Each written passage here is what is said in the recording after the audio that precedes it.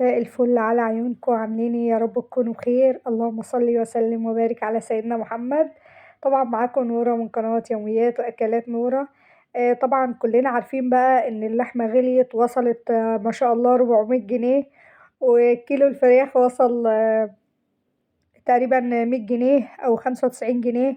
فالنهاردة هنعمل بقى ايه حاجة كده يعني، بديل اللحمة أو هي حاجة من ريحة اللحمة يعني. إن شاء الله نعمل الفشة بطريقة سهلة كده وطريقة جميلة وألوانها حلوة جدا، تخلي ولادنا ياكلوها بقى بإذن الله إن شاء الله كده يعني. طبعا أنا أول حاجة خالص معايا الفشة زي ما انتم شايفين كده. ما جبتش كتير، تقريبا حوالي كيلو ونص أو حاجة، وتمنها مش غالي يعني. وحطيت كده حلة على النار، وأول ما ابتدت المية تغلي نزلت بيها بالقطع بتاعة الفشة كده، آه، كلها على بعضها. طبعا بقى في الأول كانت الناس تعمل فشة وكرشة وممبار والفيلم الكتير أوي ده. لا خلاص بقى، الزمن ده خلاص انتهى خلاص. بصوا، هو اخرنا نوع واحد بس يعني، يا كرشة يا فشة يا ممبار، هو نوع واحد بس على السفرة او على الطبلية او على الطبق. هو نوع واحد. وبعد طبعا ما بيغلي كده وياخد غلوتين تلاتة كده، طبعا ده مش سوا، انا بوريكم بس ان هو بيطلع بقى كل الزفارة اللي فيه وكل الريم اللي بيبقى موجود فيه. تمام. بطلعه طبعا كده من المية السخنة. تمام. والمية دي انا هتخلص منها تماما. المية دي انا هتخلص منها خالص، وهشطف الفشة دي هاخدها شطفة كده تحت الحنفية بمية جارية، عشان لو عليها بواقي من الرواسب اللي موجودة في المية خلاص نتخلص منها يعني. وبعد كده حطيت مية جديدة، وفي الحلة بعد ما غسلت الحلة كويس جدا حطيت فيها مية. ولما ابتدت المية تغلي حطيت فيها بصلتين صغيرين وقرنين فلفل وجزرتين صغيرين أو جزرية متقطعة.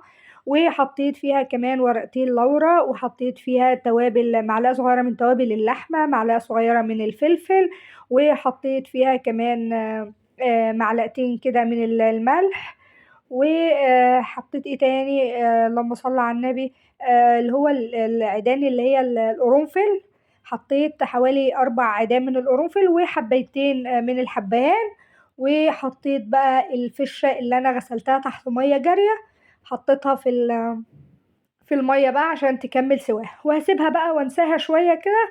على ما اول ما هي تبتدي تغلي غلوتين تلاتة اهدي عليها النار واسيبها بقى مع نفسها كده تستوي.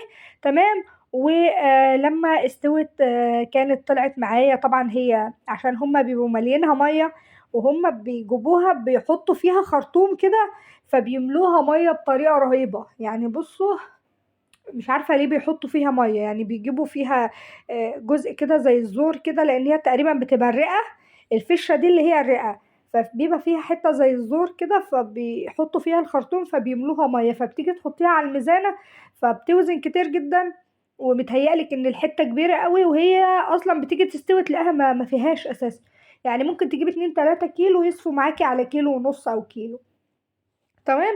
فانا طبعا طلعتها زي ما انتم شايفين، شفتوا الحته اللي كانت قد كده، شايفين بقت قد ايه؟ بصوا تجيبوها بملقاطه هناك اهي. تمام. بعد كده طبعا معايا فلفل الوان، لو مش متوفر عندك هتعملي فلفل اخضر بس. والفلفل الاحمر كده كنت الاول كده نسيت وقطعته مكعبات، وبعدين افتكرت ان انا عايزاه سلايس او شرايح، فقطعته شرايح وكده. معايا فلفل احمر، فلفل اصفر، وكمان فلفل اخضر. لو ما عندكيش فلفل الوان قلنا هتستخدمي نوع فلفل واحد اللي هو الفلفل الاخضر. وكمان ممكن نعزز شويه بقرن فلفل حامي، طبعا الفلفل ده حامي جدا فانا حطيت نص قرن كده عشان ما يبقاش سبايسي قوي يعني، تبقى يا دوب كده حلوه يعني. تمام. وهفضيهم كده في الطبق. تمام. ومعايا بقى ايه حوالي 3 بصلات كده وسط. تمام. او بصلتين حجم وسط برضو على حسب، لان انا كان معايا واحدة وسط واتنين صغيرين يعني. فلو بصلتين وسط ماشي. البصل المتوفر عندك يعني. كل حاجة بقت غالية، حتى البصل بقى غالي. تمام. هنا بنستخدم البصل الاحمر عندنا في الارياف، ما عندناش غيره، احنا ما عندناش بصل ابيض. تمام. احنا البصل اللي بنزرعه هو بصل احمر، فبنستخدمه في كل الاكلات.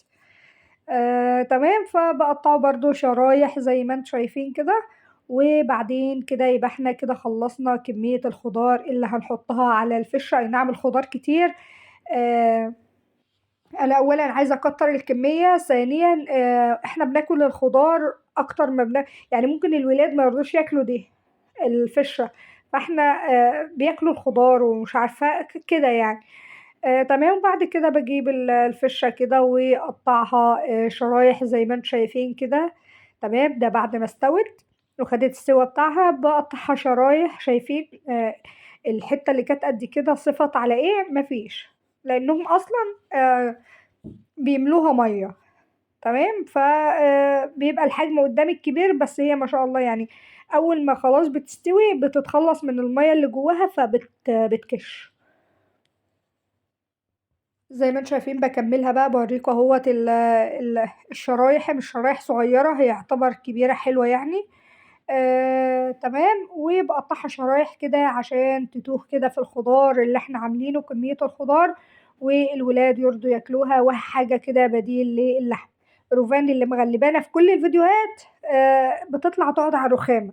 اول ما تحس ان انا خلاص هبتدي اصور او هعمل فيديو تطلع تقعد لي على الرخامة بتاع المطبخ وتقول لي انا هساعدك. تمام، انا جبت طبعا طاسه وحطيت فيها معلقه زيت صغيره، وحطيت فيها مكعب كده من السمنه. تمام، ونزلت اول حاجه بالبصل ياخد تشويحه كده معايا ويدبل. وبعد كده هنزل عليه بحوالي 4 5 فصوص كده من الثوم. طبعا التوم ده متفرز، فانا جبت منه مكعبين مقسماه مكعبات، فخدت منه حوالي مكعب واحد تقريبا يعني.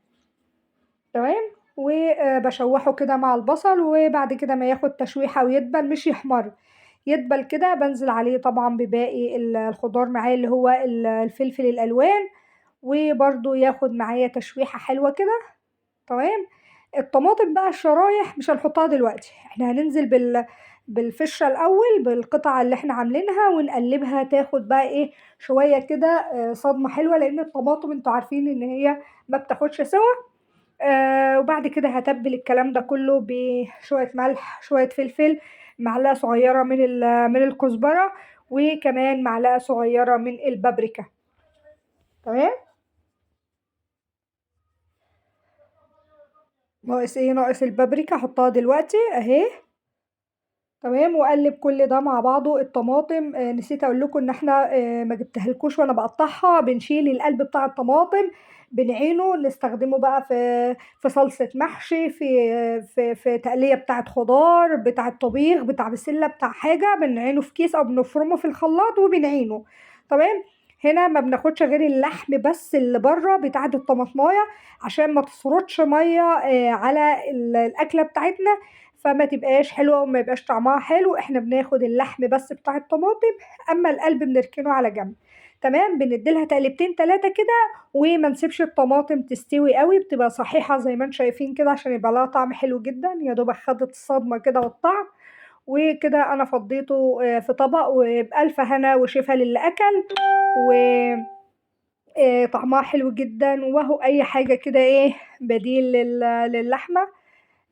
طبعا الجو برد جدا وانا بسجل لكم وانا اصلا بردانه وواخده دور كده الحمد لله يعني.